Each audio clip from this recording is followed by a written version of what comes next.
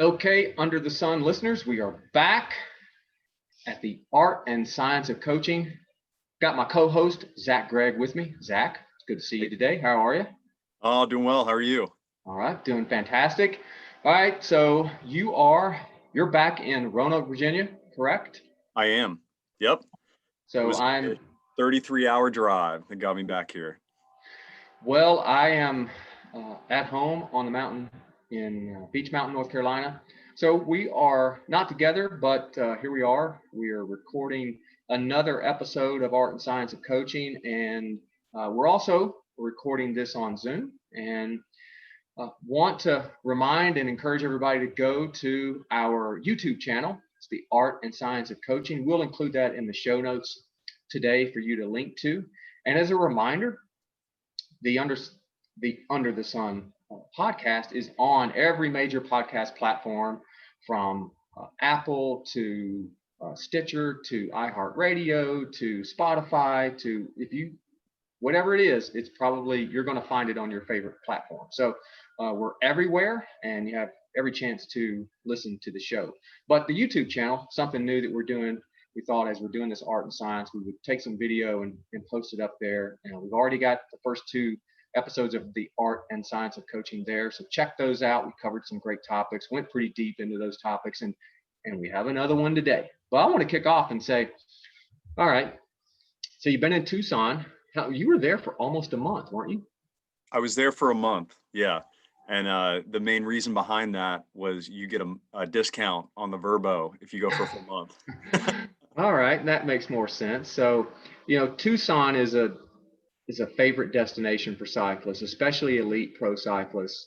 Now that you've been there, had you been there before? I have not been there before. No. Okay, so first time. What is it like for those that have been to Tucson? What's it like in Tucson? What's the training like? And why would they want to consider going there? Right. So Tucson, Arizona is in the desert. And so being in the desert, near I think we were 60 miles from the Mexico border. So we're nice and south. So the weather is good. Most days it was in the 60s or the 70s was a high. And it does not rain very often. So both of those are, beneficial, especially during the early months of the year, or in my case, December, where most of the country is either getting snow or cold rain or something like that. And combine that with the fact that Tucson has a bike lane on every road, and there is over 100 miles of bike path circling the city and surrounding areas. Yeah, it's definitely a cycling destination. The accessibility in Tucson and the fact that you can ride outside in good weather every day, I think really lends itself to good winter training. And really, because of those bike paths and all the infrastructure they have, the community there is pretty amazing. I went a little bit early compared to when most people do, just because of got to be back in Banner Elk on January the 8th, somewhere around that, because school starts on the 11th. So a lot of people will go from the first of the year to the middle of March. And so, yeah, I mean, the training is fantastic. Everybody expects cyclists to be everywhere, which is a little bit different than on the East Coast, where cars and cyclists kind of sneak up on each other. And then, of course, in other years, there's tons of people there that you can ride with, which always makes the training go a little bit quicker. Conversation, catching up on how everybody's season went, that kind of thing. Well, you had a couple of your Project Echelon teammates to come and visit sporadically through that, and also had a couple of kids from the Lees-McRae team there. So I'm curious, I guess the one thing I've heard is the shootout. Did you get to do the shootout, or had it started yet? If you did, what was that like? So the shootout is canceled right now. Ooh. So I believe it has been for, 5-6 months. There was, some of the local folks were doing their own version of it, kind of starting at the same time, small group, that kind of thing. We rode the route, but we did not participate. So, 5 was plenty of total cyclists between the 2 Project Echelon guys, the 2 Lees-McRae guys, and me. that we didn't feel like we needed to really ride with anybody else. We actually, our B&B was next door to Finn and Leo Gullickson. So we saw them, we rode with them one day, and then they were off to, greener pastures. They went to California or something like that, even better riding than Tucson. But aside from that, yeah, we kept to ourselves. Five is a good number. Tucson's pretty flat, so you don't want to sit in the draft too long. You lose that training benefit. You don't burn as many calories. I love rides where it's an odd number, because then I can sit on the back and just like enjoy the ride in the back. And me, I don't tend to talk a whole lot during rides anyway, so it's even better. So I'm like by myself, and so that's cool. Yeah. All right, so the big aside from the shootout, you got Mount Lemmon, and I know you went up it more than once. Explain to listeners what Mount Lemmon is all about. Yeah. So Mount Lemmon is 24 miles from the base to the summit. And it is a steady 4 or 5% grade for most of the climb. And it takes you from about 3,000 to about 8,500 feet elevation. And it's fabulous. Yeah, it's right outside of town. It's very well trafficked by cyclists, so everybody expects you to be there. The steady grade is perfect for intervals, or if you got a 4-hour ride in about 3.5 hours, you're running out of route. You just go hit Mount Lemmon, and it's a really good way to finish a ride. So having that in your back pocket, there's no excuse to not do your strength endurance at 50 RPM or whatever you need to do. It's a really nice tool for that. We did try to stay off of it as much as possible, because it is the trap, right? It's very convenient to just go up to, halfway point or wherever it starts getting a little bit cold, and then just do reps up and down Mount Lemmon. And, the benefit of living in Banner Elk is we get plenty of climbing all year. So taking advantage of the flatness, being able to really stay with pressure on the pedals for the whole 5-hour ride, involves avoiding Mount Lemmon, which, is fine with me. But yeah, it's a great tool. There's actually a couple other really nice climbs in that area. Madera Canyon is a shootout favorite. It's got this gruesome 2% uphill for about 10, 15 miles before the climb itself. So you get to the base and you're like already gassed. And yeah, there's just some really cool riding out there. It takes the KOM up Mount Lemmon is what? It's over 2 hours, isn't it? It's an hour and 15 minutes. What? Yeah. Lionel Sanders, it's like 18 miles an hour. Oh my gosh, man. It's a tremendous effort. Yeah. The longest climb I've done, I did Mount Evans once. Nice. And Ben Day and I did it together. Took us a long time. It's steep. It's got some steady parts, but it's a fairly steep climb. It's not as steep as Pikes Peak. I've done parts of Pikes Peak, but yeah, it's a long, long climb. It's well worth it. The descent down Mount Evans is awesome. I understand the descent down Mount Lemmon is like, nah. It's a lot of pedaling and it's not technical, and so I probably wouldn't enjoy it as much as I usually do. But I've heard a lot about it. One of these days I'll go. My winter favorite destination is Austin. Yeah. I'm due an Austin trip, and originally planned to get down there this winter, but it didn't work out with all that's going on. But I love going down there. They tend to get some, crappy weather a little bit. Nothing like what we get here in the mountains, but it's a good destination because they have a good steady mix of rolling hills, some flatter roads. They got some really good short, steep hills in West Austin that will, boy, you better have the right gearing for. But I love going down there, love the atmosphere, love the tacos. And, it's one of the reasons why I've kept going back over the years. Plus, I've made some great friendships down there. So Austin's another good destination, but one of these days I'm going to get to Tucson. So, but not this year, and been stuck in the mountains, which is not a bad place to be. Right here in the winter, still have a lot of snow on the ground here at my house at Beach. And, we just got to play dodgeball with the weather, getting out there and getting training done. But, it takes what it takes. So, all right, so you're in Roanoke. I'm at Beach. We got this episode we want to talk about. We have a couple topics one main topic, and there's just, there's forks in the road that we can take this conversation in it. So what are we going to talk about today? So we're going to talk about what our plan is for the next few months, since what we're assuming now is that meaningful racing isn't going to happen until middle of April, or let's just say May 1st. So we've been hemming and hawing in a way of what best to do during this time. So how do we maximize these 2 or 3 months that we've got, that's kind of bonus time where there's things on the horizon. Motivation is high again. And in a way, we're almost too ready to go.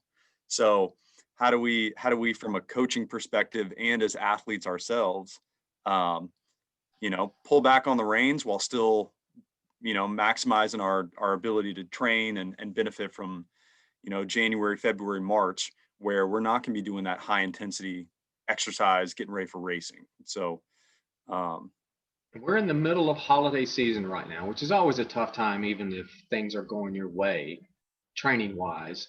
And we're presupposing that you've already been getting after it during this base building phase, had a prep phase, base building, and we're making that transition from base to build. And none of us right now this year know exactly how long that needs to be. And as time goes on, we'll start to see what the calendar looks like. But one of the things we talked about off air was, more times than not, we don't know what the schedule is going to be anyway, even in a non-pandemic year, until sometime in January and the dates get firmed up and you're like, oh, okay, so that race is happening when it normally does, or maybe it got pushed out a few weeks. So this really isn't all that not normal. I mean, this, where we're at right now, is a typical year of preparation, of uncertainty of, well, when are these races going to happen? So yeah, like you said, looking ahead, thinking about, well, for now, it makes sense, I think, to just have ourselves prepared. Even in a great year, peak events, events, not going to take place until sometime after May for most athletes. Right. So that's what we want to do, is like, all right, we've already put down a fairly good foundation, and we can work with that. And all of us should be beyond that riding, mindset. We're in training mindset, and there's a big difference between riding your bike and training your bike. So right now we should be focused on training. And so, yes, that's what we want to talk about. And yeah, maybe touch on that notion of, a lot of people out there, they're on the fence about really training their bike. They shy away from that. They love riding their bike. They love going to hard group rides. They love pushing themselves. But there is a difference between riding and training, isn't it? Yeah, totally. I always think back to one of the things we talk about is an endurance ride being one long interval, and you want to hit that power target or that heart rate target for the duration of the entire interval. So that, to me, is the notion of training.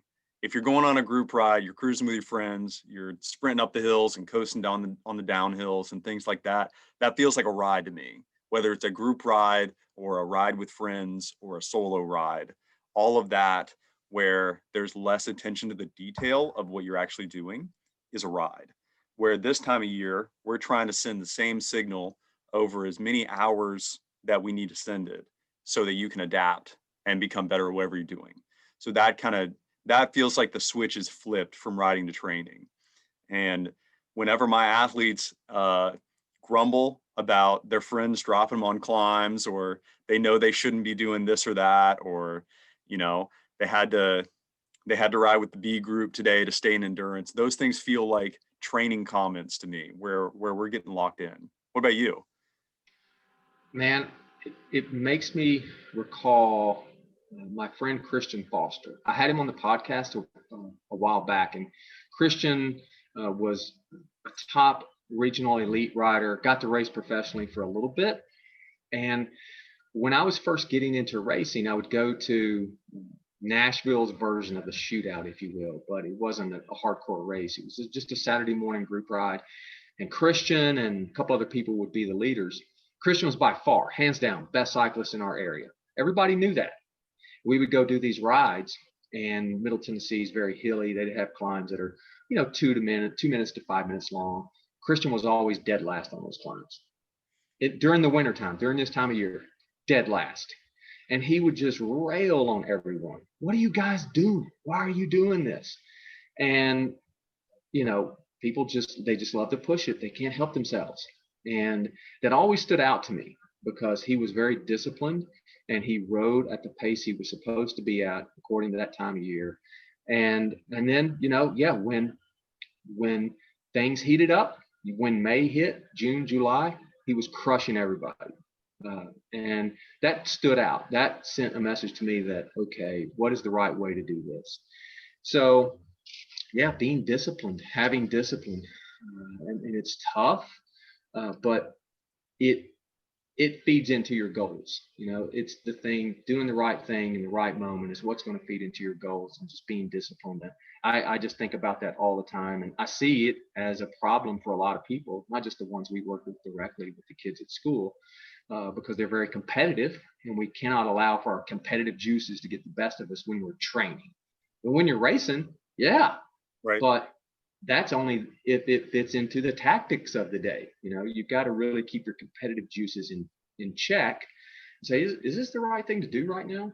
And so that's what we want to focus on. What is the right thing to do right now after you've been laying a really good base? And I think also what we're going to talk about, even if someone is, say, a few weeks behind, maybe they just got started late, maybe they've had an illness or they just had family obligations, people shouldn't panic right now. I think they have time to get themselves prepared, but they have to start today. They can't kick the can down the road. They have to get started today, and they have plenty of time to do it. It just means that those that have been getting after it the last 6 weeks, 8 weeks, they're just a little farther ahead.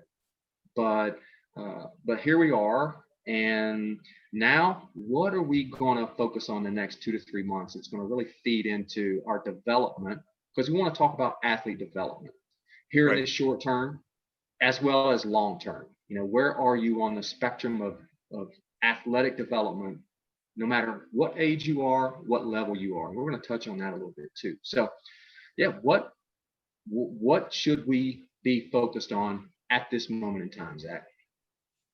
Well, I think let's take the example of someone who's had at least maybe 2 weeks, right, of training, and they're getting back to it, and they're looking at this long road ahead before their first race. And even if they've been training for a little while, I think with most of the people that we work with, that aerobic foundation is always, it's both the low-hanging fruit, because it's obvious they need to work on it, and the hardest thing to progress at.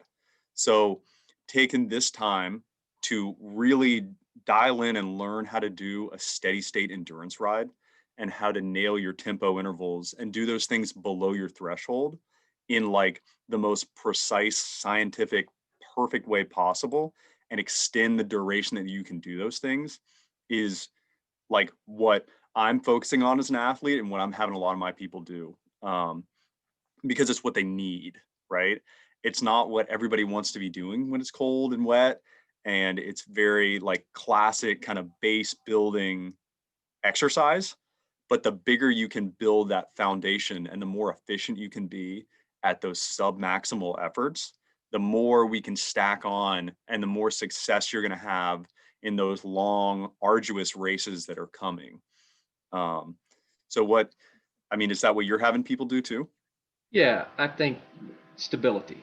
Right. We want to build stability within their aerobic capacity, their endurance, their muscular endurance, and set them up for success later on.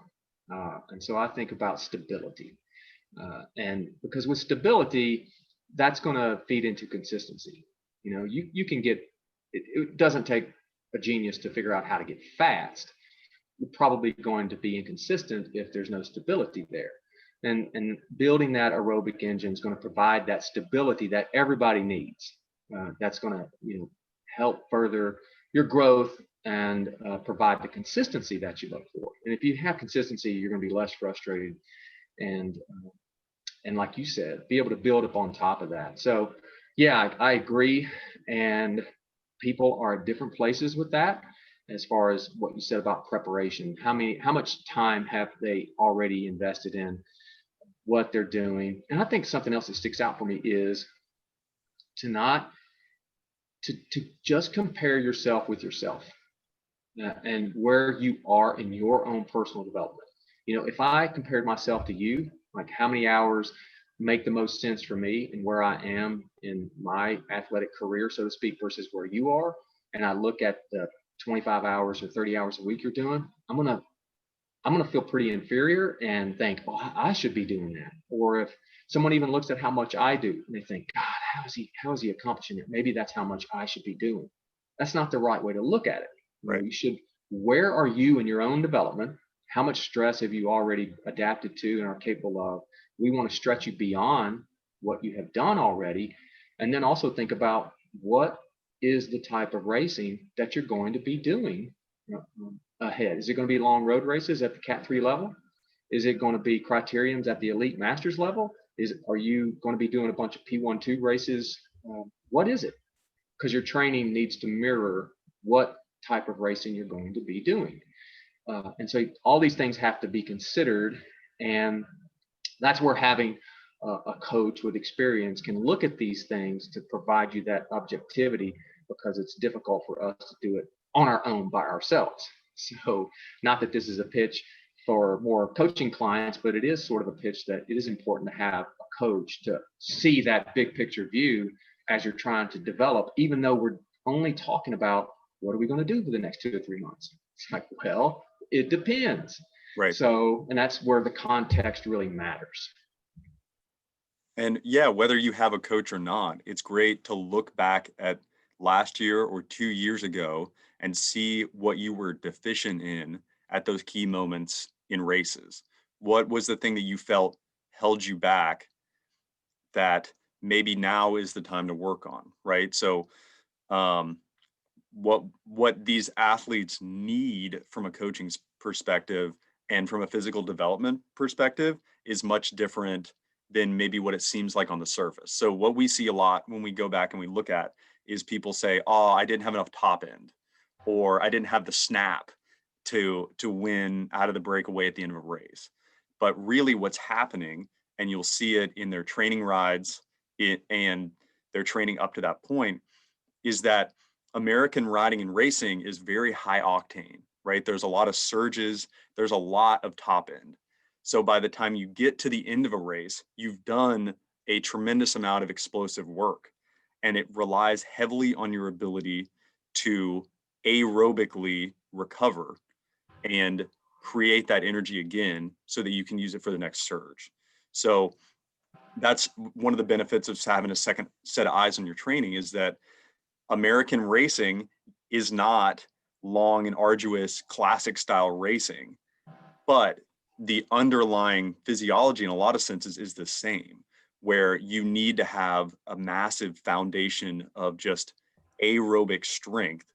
And then when we're training for racing and we're trying to simulate those race winning moves and those like high intensity surges and things like that, you're going to be able to do more of them in training and have a larger response to that workload.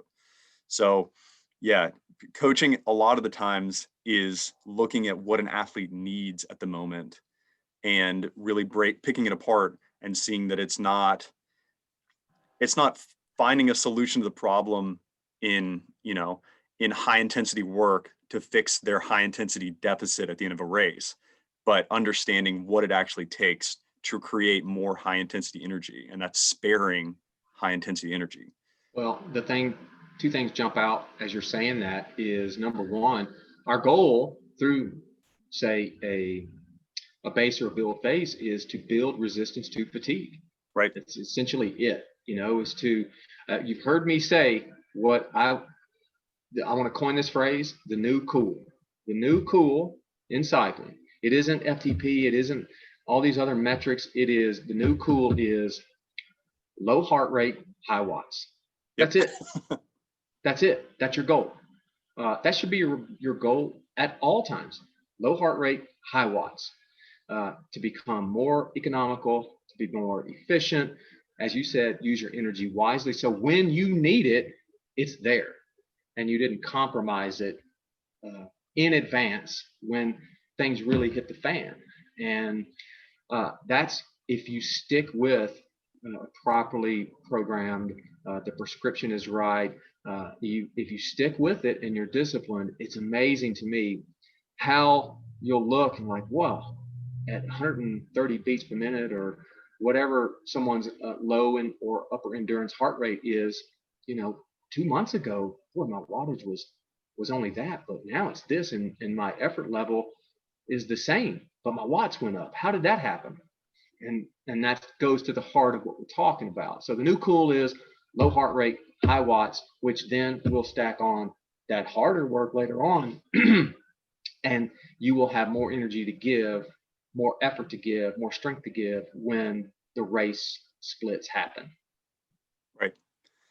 Yeah, and I mean, one of the things you see in like World Tour cyclists are a great example of this as they're developing from elite level juniors to U23 to World Tour race winning professionals, is that their VO2 max does not change significantly, but their ability to repeat these efforts and their efficiency on the bike increases dramatically over the course of that 5 or 7 year period.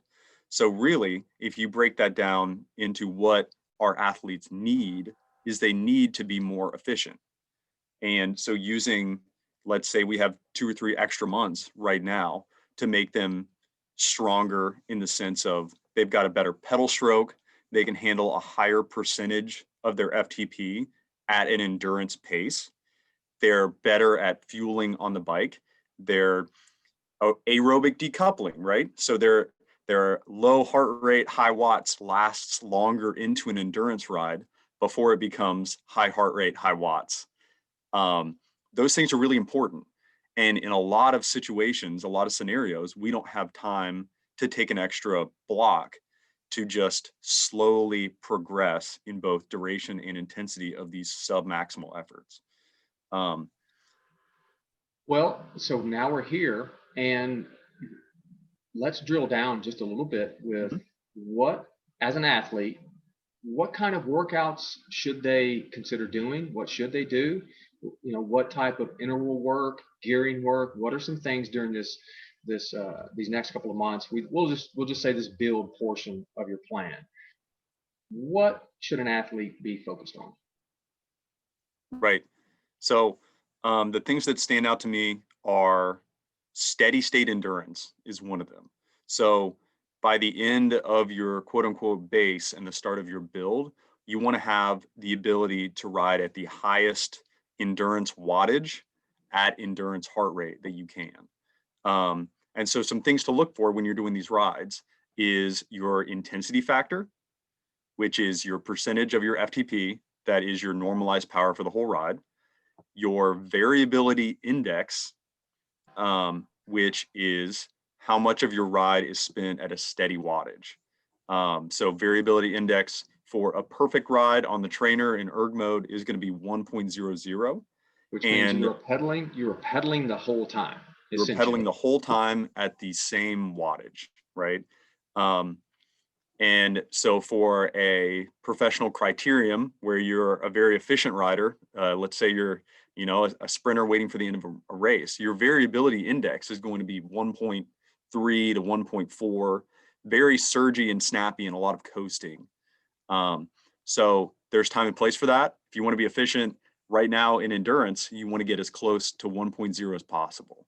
And what that means for a lot of athletes living in the mountains or who have rolling hills that they train on is you got to pedal on downhills. And the first time you do it, I mean, do you remember the first time you had to pedal on all the downhills? Oh yeah. Well, first, I've said this before, I thought I could corner. I thought I was pretty good at cornering. I wasn't, when you just aren't accustomed to technical descending. And I learned that I don't like to coast. I didn't know that. I don't like coasting. I think we all can relate in a way where if you go out on a group ride, let's say there's 10, 15, 20 people, and whoever is sitting on the front, they're getting a workout. But the people in the middle or to the back, if you don't have a steady rotation of that group ride, that variability index, as you said, is going to be pretty high, and which is going to affect your intensity factor, which means the guy on the front or the lady on the front did the bulk of the work. They're going to be producing a higher percentage of their so-called FTP. But if you've been sitting in the back all day, you got an easier ride, your workout really wasn't as quality as those that were doing the work. So I learned that I did not like not pedaling my bike down descents, because they can be anywhere from 5 minutes to 10, 12 minutes long. So yeah, that's when I started pedaling and getting more of an effort through that. I think it's helped me to be a better descender, but also it's improved the quality of my workouts. Right. So really the aim is that you're pedaling as much as possible and you're stopping as little as possible. And you're just sending the same signal. You're sending the same wattage through your legs to the pedals for as long as you can, for whatever duration that workout is. So you're saying that stopping at the coffee shop on endurance days, that's not a good idea? I like to time my stops. I like to be as efficient as possible. If you're stopping for more than 5 or 6 minutes, boo. That's not the goal. And it all goes back to lessen the amount of people in your group, right? Become more efficient at pedaling the whole time, so you're not having to sit behind somebody in the draft. And it means that you can get in and out of the gas station, out of the coffee shop, whatever, quicker. So yeah, if there's always on Strava, there's ride time and then there's elapsed time. And it is my personal goal, if I'm riding 100 hours in a year in base season, I want to have 101 elapsed hours. I want to be as efficient as possible. And that means hustling when you're on your stop. It means when you go into the gas station, you get whatever you need to get, you fill your bottles up, and then whatever junk food that you got in that gas station, you're eating it on the bike. That doesn't, you don't get a break.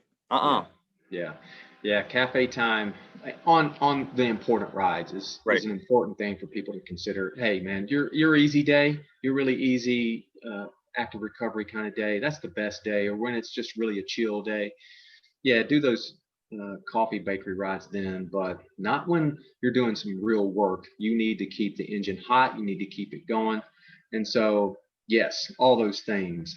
I'm glad you brought up the metrics of intensity factor and variability index. Those are the two numbers I look at the first, when I go into Training Peaks. Even if I'm going into an athlete's workout quality for the day, those are the two things I look at right out of the gate. And this is also banking on the fact that we have our settings where they're supposed to be as it comes to, say, FTP or whatever the threshold or whatever metric we're using to denote what someone's upper capabilities are, because that's going to certainly play a role. So feeding good information into the system to begin with is key, and then working from that. But so we're still continuing to do endurance rides, muscular endurance and challenging rides. What else are some things that during these rides, okay, like what, for you example, what are some of the things that you're going to be doing? And then what are some of the athletes that we're coaching? What are they going to be doing? Yeah. So some of the very bread and butter efforts are at tempo. So some people call it fat max. Basically, tempo wattage is above your endurance and below your threshold. And these efforts are just hard enough to help stimulate that aerobic endurance in a different way. So you're not, it's not as easy, steady state effort. You're actually having to burn some high energy fuel to get these things done. And that challenges your ability to fuel on the bike and produce that energy over a long period of time. So really with the tempo stuff, we want to extend the duration of these and cut down on the rest period between the efforts as we progress through the block. So what are some examples how would you design? I know the answer to these questions, but I want you to sort of suggest, what are some suggestions for people out there? What are those interval what do they look like? What's the duration? What would be a rest period? And how to progressively build that amount of stress, because how you would start that early tempo phase and how it looks at the end, say, of 2 months, say, you're going to increase that workload. Mm-hmm. Yeah, well, in very basic terms, you pick a starting number that you think you can handle. You cut it up into maybe 2 or 3. So let's say 30 minutes is your starting number. 30 minutes of tempo should be something that is challenging if you're first starting, but 2 months down the road is a warm up. So you would start with 3 by 10 minutes. And then the next week you would add 10 total minutes to your tempo. So you have 40, but you would cut it up into 2 by 20 minutes and then 50. And so normally within a given week, you can fit 2 quality tempo sessions. So I try to keep the total amount of minutes the same every week and cut them up with less rest. So 40 minutes is a good example of 2 by 20 with a 5-minute rest in between is the same workload as 1 by 40 minutes, but they are totally different efforts from a physical sense. So giving an athlete confidence that they can do 40 minutes of work with the 2 by 20 with 5 minutes rest, and that's enough time to get a swig of water and a snack without having to pedal and breathe hard. And then they go back later in the week and do the exact same amount of work with no break, where now they're having to fuel during that effort and be very cognizant of their amount of water, all the things, staying stable and relaxed on the bike. After 40 minutes, it wears on you. Your low back might get tired. You might get real sweaty in the cold and, have to rethink your clothing. So doing that, I think most athletes that are at the level that we're kind of working with, juniors, elite amateurs, that kind of thing, 90 minutes of tempo is a good target where you should comfortably be able to complete it after 2 months of working up towards it. And remember, we don't progress our long tempo as much during like a recovery week. So if you start at 30 to get to 90, it's not going to take you 6 weeks. It might take you 8.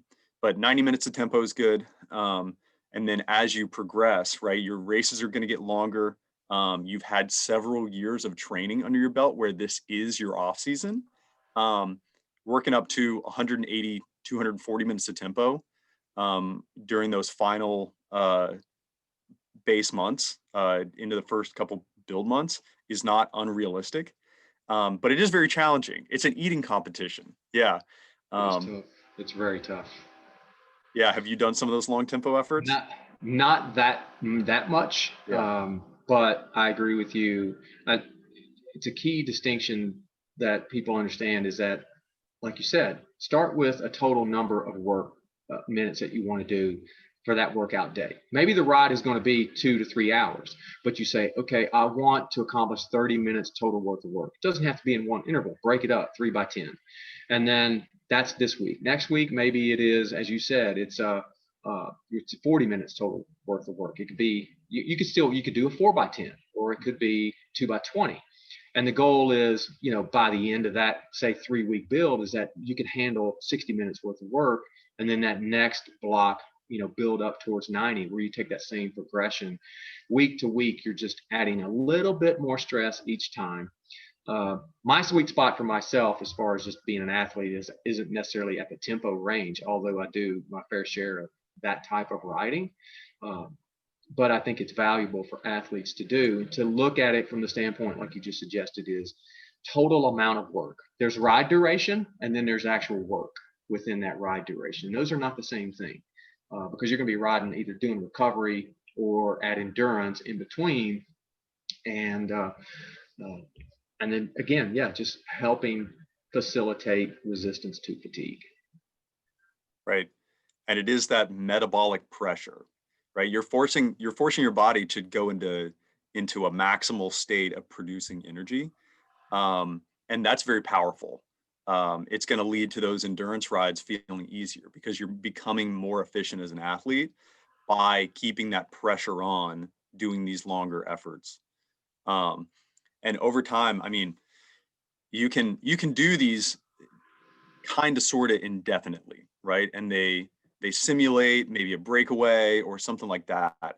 But there is power in both knowing that you can do them and doing them consistently during this time of year, because it makes you better at fueling and drinking, and it shows you flaws in your bike fit and your pedaling mechanics.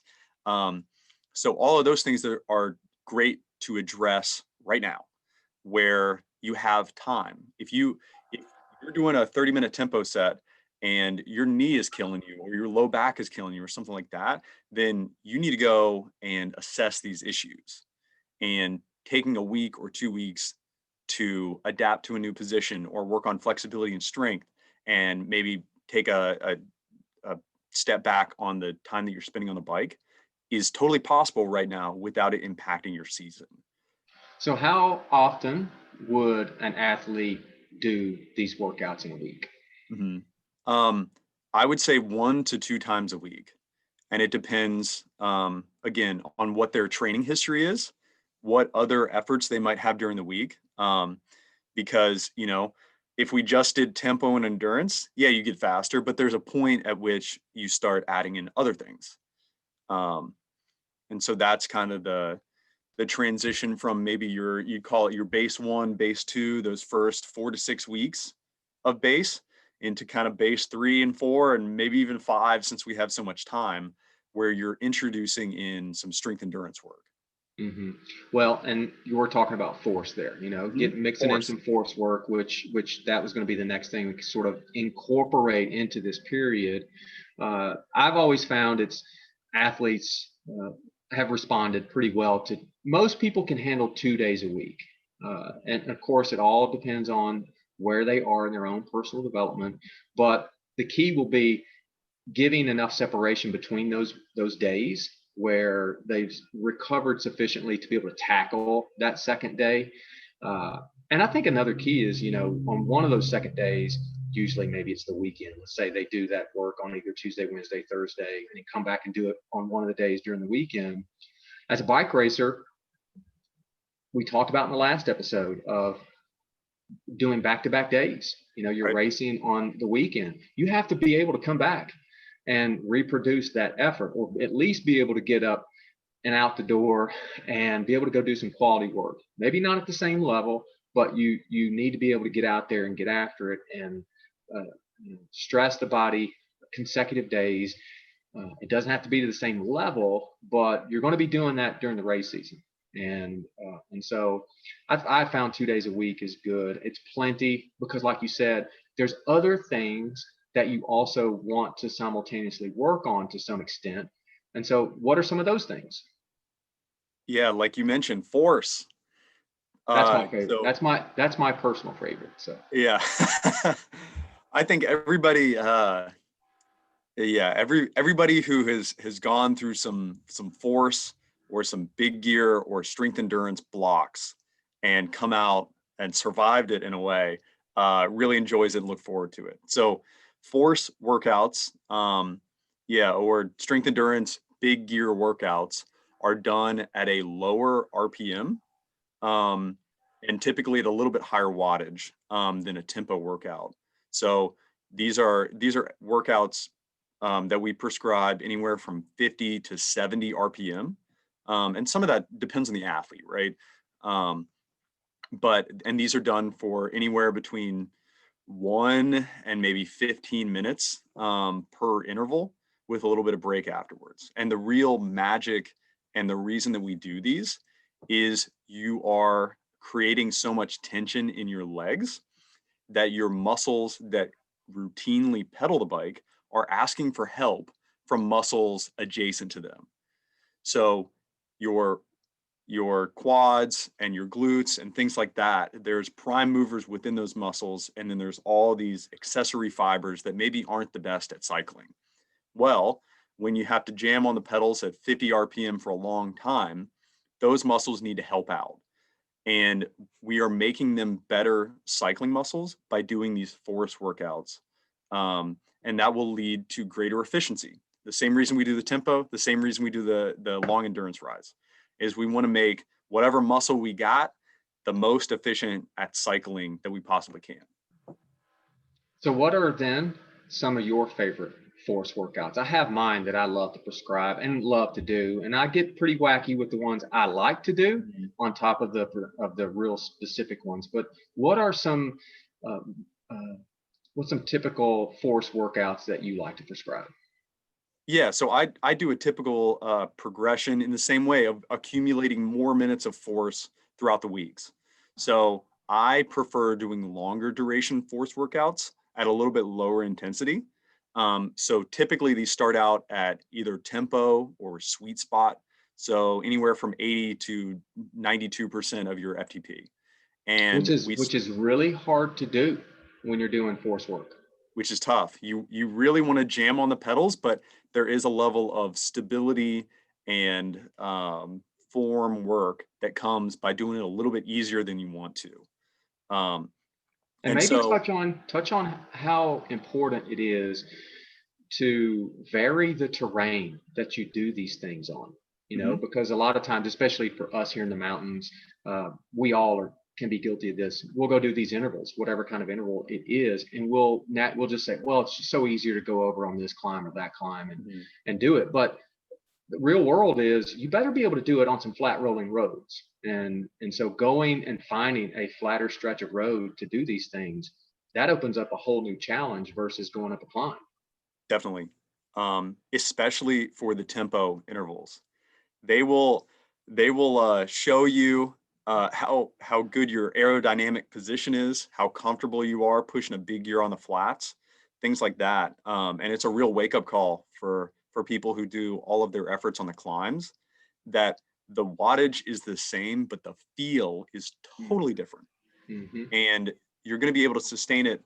The wattage is the same, but you're going to be a lot more muscularly fatigued, or it's going to stress the limits of your position if you're doing it on unfamiliar terrain. So I think, yeah, doing the tempo on a flat roads is always a wake up call. But sometimes the strength endurance, the big gear work, you do need a little bit of a rise, just because we're limited by what our biggest gear is.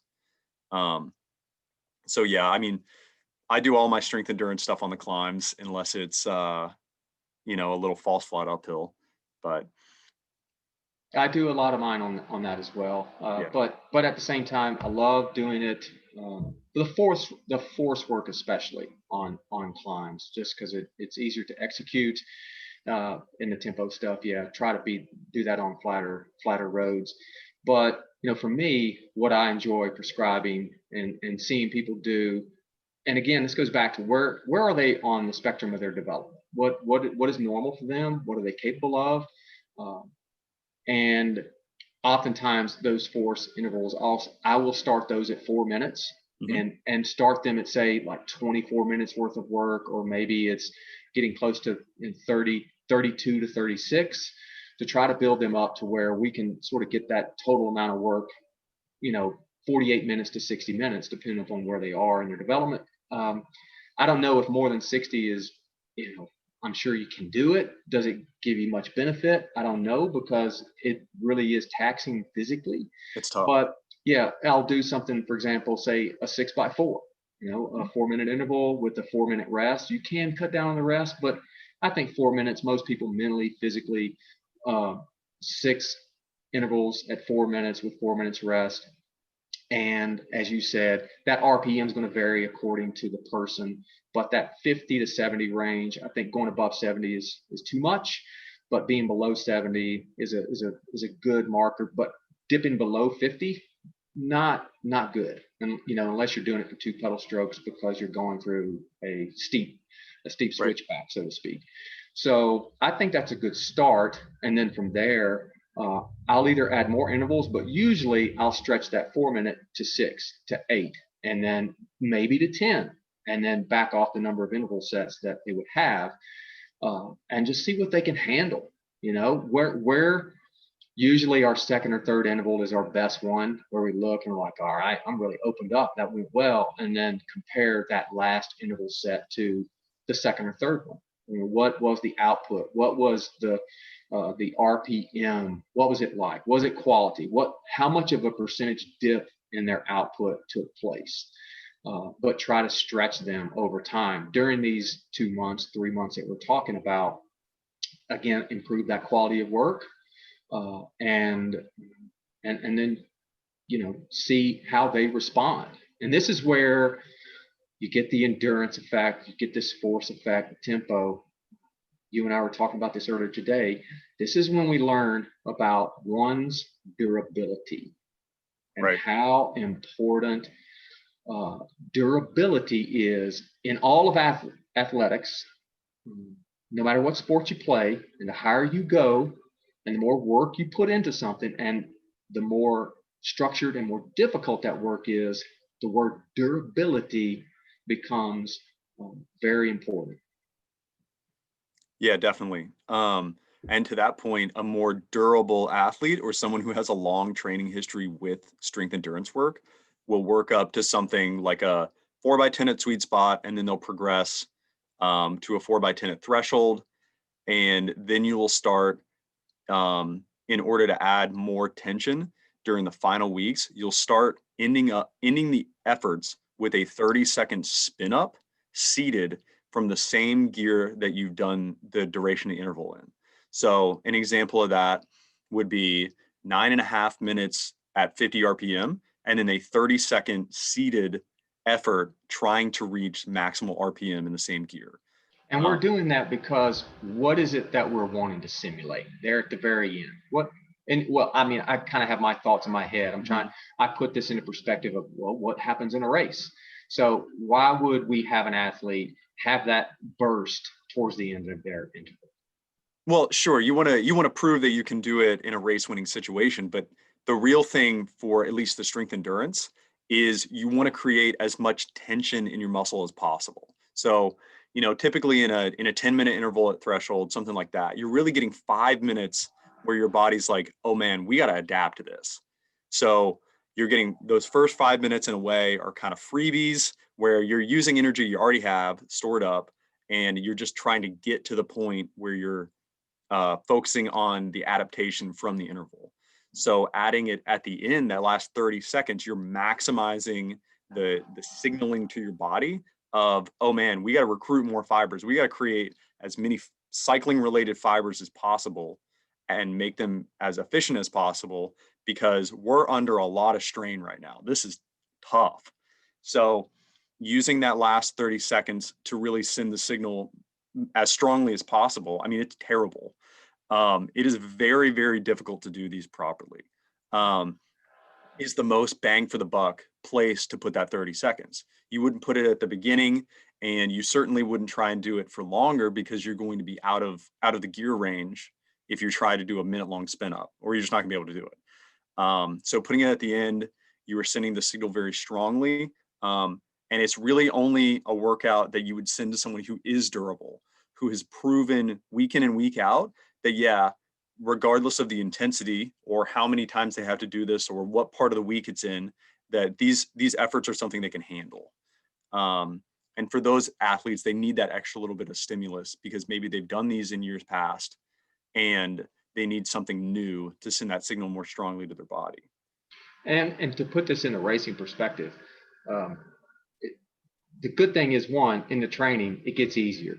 It feels like it gets easier. The work it's as equally as hard as it was the first time you did it. But once you do this over time, repeatedly, your body just knows this is what we do, and it responds, and that sensation gets easier and easier each subsequent time. But for those cyclists out there who are climbing the ranks, a lot of times, in Cat 5 races or Cat 4 races, you go up these challenging climbs, and people are just killing it up the climb. They get to the top, and all of a sudden they're coasting, Yep. and they're just sort of taking it. They let off the gas, and but you start to notice when you get to the Pro 1-2 level, they don't let off the gas. That is the moment to really lay down the law and just drop the hammer. Yeah, they're going hard up the climb, but where the separations oftentimes occur is at the very top on the other side. And if you can do this in your interval work, where you make that final burst, it's going to make those moments in the races a lot more doable. And you better just go ahead and expect it, because that's what's going to happen. That's a good word. Expect. Yep. Once you've made the mistake once of watching somebody surge away from you on the crest of a long hill, something like that, never again, right? You have to just expect it. And that kind of leads into the last type of work that I like to have people do during this base beginning build series is neuromuscular work. You don't need a lot of it, but you do need some. And some is different for different types of riders. So if you're very steady state and you're fancying yourself as a climber, or one of those more breakaway style riders, then maybe once a week, once every 2 weeks, you do need to do some 20-second efforts, some spin ups, some seated sprints, something like that, because we never want that neuromuscular high intensity power to go away, because it contributes in the same way that all the other systems do to everything that we do. So if you're training two systems very well and you ignore one, well, there's a limit to the amount of progress that you're going to be able to make. Well, so and you're big on that's something where you and I, we do it just a little bit differently in our prescription, but it's something that my original coach, that was something he did in the training, and he did it all throughout the season. And of course, I mean, I was a Cat 3 and just up and coming. I think the lesser developed, less experienced riders, I think it's even more important for them to do this so that they're ready for that higher level racing down the road. The higher level you are, you may not need as much because of all the adaptations that you've had throughout the years and that depth that you have. But yeah, I'm big on seated bursts, 8-second seated bursts through an endurance ride, or 5-second seated bursts. If it's 8-second seated bursts, I'll do those like maybe every 10 minutes, every 15 minutes. If it's a 5-second burst, those are way more taxing, believe it or not, but because I'll do them at shorter interval levels, and maybe not the whole ride. But I found that the less experienced younger riders really gain from it, because it's a way for them to just prep them for, this is what's going to happen in a race. You're going to have countless seated bursts to get on a wheel, to close a gap, to jump across, whatever it might be. And it sort of feeds into what we're talking about. It's one more way. If you do a tempo ride on Saturday, you did that quality work, and you got to come back and do a really good solid endurance ride the next day. Some type of, if you're not doing force, then jump on some type of burst output that's going to wake up the system, and just to the points that you just said. I think those are hugely valuable. Right. But a lot of times, if you notice, I love doing this. Prescribe that workout, and I go into the graph. I won't even look at the IF or whatever on that day. I'll go into the graph. I'm like, did they do the burst today? And athletes overlook it. Mm-hmm. They neglect it. They won't do it. They don't understand how valuable they can be to their success. I know they can be, but and so I love to call athletes out on it. Like, why did you skip those bursts? I didn't put those there for kicks and giggles. It's like, it's there to help you get better. And so yeah, that's what I like to do. I know you do it a little bit differently, but it's the same purpose. It's the same purpose. Reason. Yeah. Yep. Yeah. So we've talked about what? Tempo. What else? What are some key? Strength, endurance, and then our neuromuscular stuff. And really, I mean, you don't want to extend base indefinitely, but the time component on when those things stop being beneficial to you is like 16 weeks after you start doing them. So really, if you have the extra time, like we do this year with a lot of our athletes, to do this kind of aerobic intensive workout, and keep this build going to where they are able to handle some longer strength endurance workouts. They're able to handle the 30-second spin up. Hopefully on some of these, they're able to handle 90 minutes of tempo. For a lot of athletes, that's what they need. And in a traditional year, you might only get 8 to 12 weeks to do something like this. So if they're, if you push them too hard and you have to back off, or, you're really burying them with this kind of intensity that they're not used to, then you create a problem for them where they're not going to be set up as well for the next block, where now we have time to very gradually do these kind of things. And maybe it's only 5 minutes of tempo that you're increasing some of these athletes per week, or 1 or 2 extra minutes of strength endurance. Mm-hmm. And that's not to their detriment, because maybe that's the maximum that they can handle with all the other things that they're doing. That's a good point. And that's something we can sort of touch on as sort of the last aspect of what we're talking about. And that's just the overall athlete development arc, what that looks like and the variances within that, because depending upon when you come to this sport, you could go from junior to then a collegiate U23 rider, then to elite, perhaps then to pro. If you stick with it, you're going to get to the master's level. A lot of cyclists come to the sport at the master's level, but then you're a category racer to start out. Your development is maybe nowhere near that of a U23, even though they're younger and you're older. So these durations and these workloads are, going to be contingent upon where you are on that arc. And as a coach, we're thinking about your long-term development. Athletes, you need to be thinking about your long-term development, where you want to be in 2022, 2023. Let's say, no matter what level you're at, what do you want to achieve? What level do you want to get to? What's the timeline look like to get there in your development? So rather than look at, well, I want to upgrade from Cat 4 to Cat 3, at this point in the season, and then go from Cat 3 to Cat 2. I don't like looking at development that way. I prefer to look at, where are you now in your overall development? Where do you want to go and where do you need to be? And then let's fit these other things in. Because if we handle the development right and the stress right, the workload right, all those results are going to come. They're just going to happen. But that arc is very important, because as coaches, we have to think about that long term, even though we're trying to prepare you for what's happening in May, in June, and July.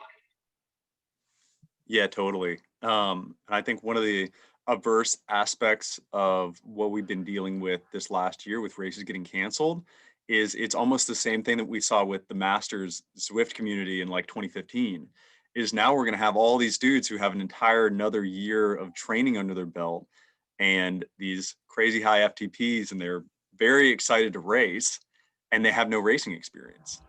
So that is, it's going to be an interesting first month whenever we get rocking and rolling, because we're not able to develop a well-rounded athlete when there's no exposure to certain things, such as pack dynamics, bike handling skills, race tactics. So yeah, it's very difficult to look long-term and say, oh, well, you have the fitness to be XYZ category, but you just don't have the race experience. Well, no, you also don't have the necessary skills of bike handling, of reading a race course, reading a race tactically, all that kind of stuff. So yeah, it's going to be a very interesting year on that front, where you might end up suggesting an athlete race more than you actually want them to catch up in a way on race experience. And then you kind of condense their season so that you can do work towards 2022, 2023, but they're not going to be held back by, intangibles in a way, things that you can't measure with a metric. Yeah, the challenge for a lot of athletes is going to be when to say no as it comes to racing, because everyone's going to be excited and they're going to want to go race, and you want to be careful to not overdo it. It's naturally accepted. I mean, we just know that athletes are going to be eager and they're going to jump at every chance to do it, to to not have to train. It's like it's more fun to race than it is to train, in most situations. So knowing when to say no, I foresee, let's say a year and a half from now, I hope our goal should be to not be having conversations about overreaching. That's one thing. It's okay to overreach every now and then. You don't want to make a habit of it. And we definitely don't want to overtrain throughout this whole period. And I think another thing that doesn't get talked enough about is over racing. Racing too much, and how the mind, the body needs a break. And if you want to continue to grow, it may mean saying no to some racing. And so as I look ahead to 2020, after the 2022 season, I don't want to be having conversations with athletes about, I don't like the word burnout. You've heard me say this. I can't stand that word, but I don't want to see athletes race too much and overextend themselves and put too much pressure on their bodies and their minds. And so saying no, especially the higher you go in the sport, that's going to be a challenge, I think, for a lot of people. If they're less experienced and they haven't raced a whole lot, they're probably still pretty eager and can handle a lot of racing, and they have some growing that they need to do anyway. But even then, you got to be careful to not over race. Totally. Yeah. And I think it comes back to our durability point of what you do now will determine how much of a racing load you can absorb, both physically and mentally. Right. So if you are accustomed to doing large amounts of work, and you can both continue to do that while you race and improve, and be able to absorb the racing in a positive way, then you probably get away with racing a little bit more. But if you are new to the sport, or you're a time limited masters athlete, is a great example of somebody who could over race very easily in the beginning part of the season, because those races are massive training stress bombs, and very different to what you're doing in training. So doing back-to-back road races on 2, 3, 4 weekends in a row as a masters athlete, where your aerobic foundation is limited by like the million things you have to do in your daily life, creates a situation where you're not going to be able to peak for a goal event or get that extra 2, 3, 4% from those VO2 max workouts. They're just going to bury you. And you can translate the same thing to a junior racer who's got to go to school.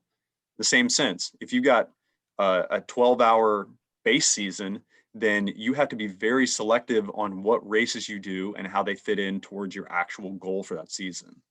Mm-hmm, mm-hmm. And we should have said this at the beginning. What we're talking about, it's applicable to mountain bikers and road racers. And really, if you have any kind of endurance component with what you're doing, then these apply. It's not just for road racers only. I mean, this is something, the mountain bikers are going to be confronted with the same thing, the same dilemmas, need to work on the same aspects of their strengths and weaknesses in these energy systems, and developing that profile to help them be successful. Even though maybe the longest XC race is going to be 90 minutes to 2 hours, it's still important for them to work on these things, and it's just going to make them even more effective, because an effort that is required at a mountain bike race, it looks a lot different, it feels a lot different, that's for sure, than a road race where there is a lot of variability. It's there's a lot of drafting effects, but this applies to both. Well, yeah, and even I think a lot more so in mountain biking, because there is very little recovery time.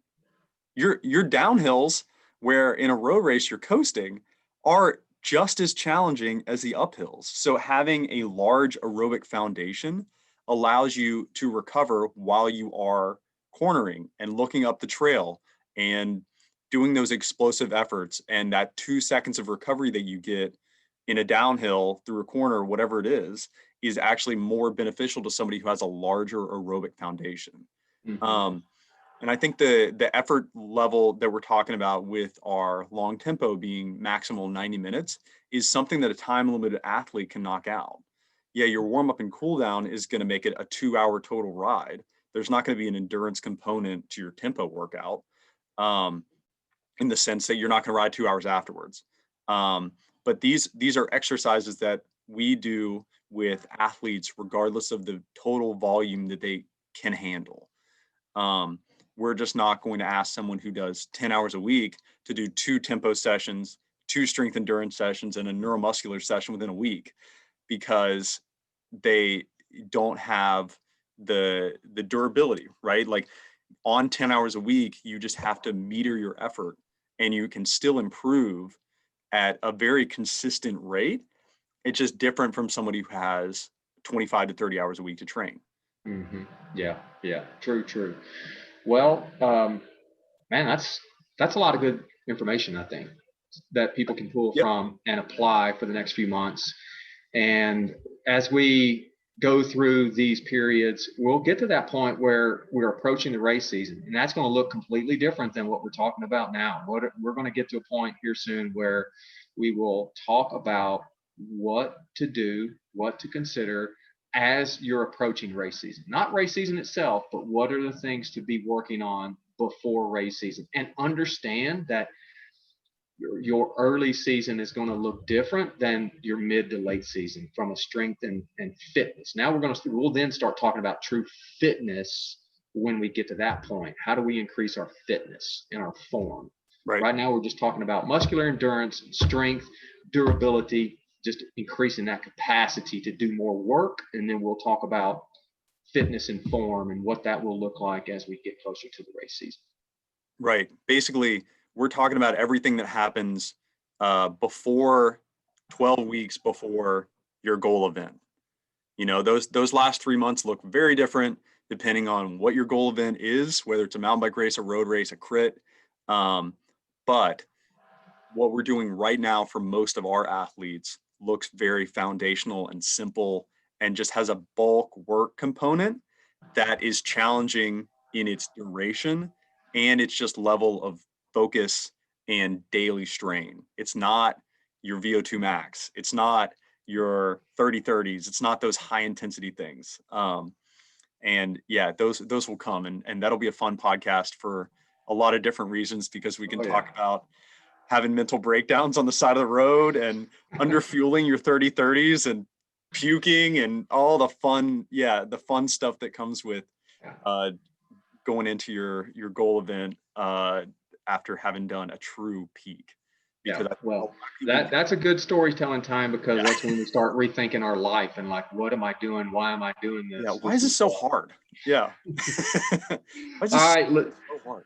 Yeah. All right. Well, listeners, I hope you found that valuable and insightful, and be able to put that into practice. If you've got questions, send them our way. Hit us up on Instagram, make comments to our post, email us. We're pretty easy to find. Zach, Gregg, and Tim Hall, we both are coaches at Lees-McRae. We're out there in social media. We're not hiding. We're in plain sight. So hit us up. If you got questions you would like for us to cover, send them our way. Check out our YouTube channel. Listen to us on all of our podcast platforms. If you would, leave a review, leave a comment, subscribe to our YouTube channel, and leave a review on the podcast platforms. That's how we'll get the word out and message out more and get found more easily. So, all right, Zach, another one in the books. Enjoyed it. Woohoo. Thanks. All right. See you soon, listeners.